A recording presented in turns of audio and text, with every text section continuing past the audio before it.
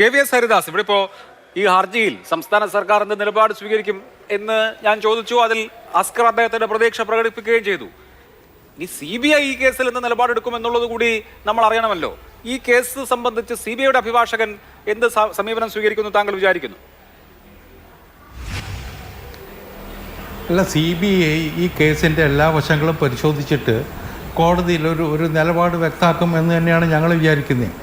പക്ഷേ ഇപ്പോൾ പലരും സൂചിപ്പിച്ചില്ലേ, ഇതിൻ്റെ പ്രാഥമികമായ തെളിവുകളൊക്കെ നശിപ്പിക്കപ്പെട്ടിട്ടുണ്ടാവാനുള്ള സാധ്യതയുണ്ട്.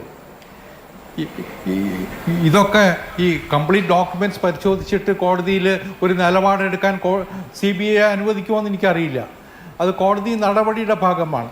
പക്ഷേ സാധാരണ നിലയ്ക്ക് ഇത്തരം ഒരു പ്രധാനപ്പെട്ട പ്രമാദമായ ഒരു കേസിൽ CBI നോ എന്ന് പറയാനുള്ള സാധ്യത കാണുന്നില്ല. പോസിറ്റീവായിട്ട് നമുക്കതിന് കാണാം.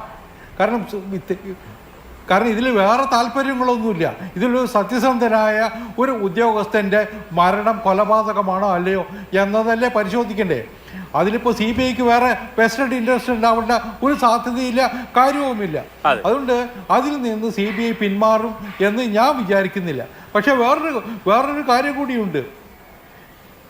ഞാൻ ചോദിക്കുന്നത്, ഈ ഒരു പ്രശ്നത്തിൽ ഇപ്പോൾ അസ്കർ എടുത്ത ഒരു നിലപാടുണ്ടല്ലോ, സർക്കാർ ഇതിനെ എതിർക്കാൻ പോകുന്നില്ല, ഈ അന്വേഷണത്തെ അനുകൂലിക്കും.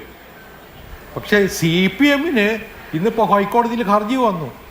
CPMന് ഒരു പ്രതിനിധി ചർച്ചയ്ക്ക് അയക്കാൻ പറ്റുന്നുണ്ടോ? അത്തരം ഒരു ദുരവസ്ഥ ഇന്ന് CPM ഫേസ് ചെയ്യുന്നില്ലേ? എന്തുകൊണ്ടാണ് അവർക്ക് ഇതിനെ ഈ പ്രശ്നം ഉയർന്നു വന്ന സമയത്തും ആദ്യമൊക്കെ CPMകാർ ഒളിച്ചോടിയത് നമ്മൾ കണ്ടിരുന്നു. അതിൻ്റെ തുടർച്ചയായിട്ട് വേണം ഇതിനെ കാണാൻ.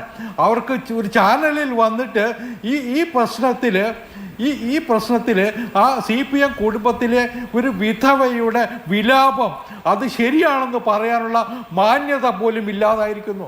അതൊരു പ്രധാനപ്പെട്ട സംശയമാണ്, പ്രധാനപ്പെട്ട കാര്യമാണ്. ഈ കേസിൻ്റെ ഭാവിയെ സംബന്ധിച്ചിടത്തോളം നമുക്ക് ആശങ്ക ഉണ്ടാക്കുന്ന കാര്യവും അത് തന്നെയാണ്. ശരി.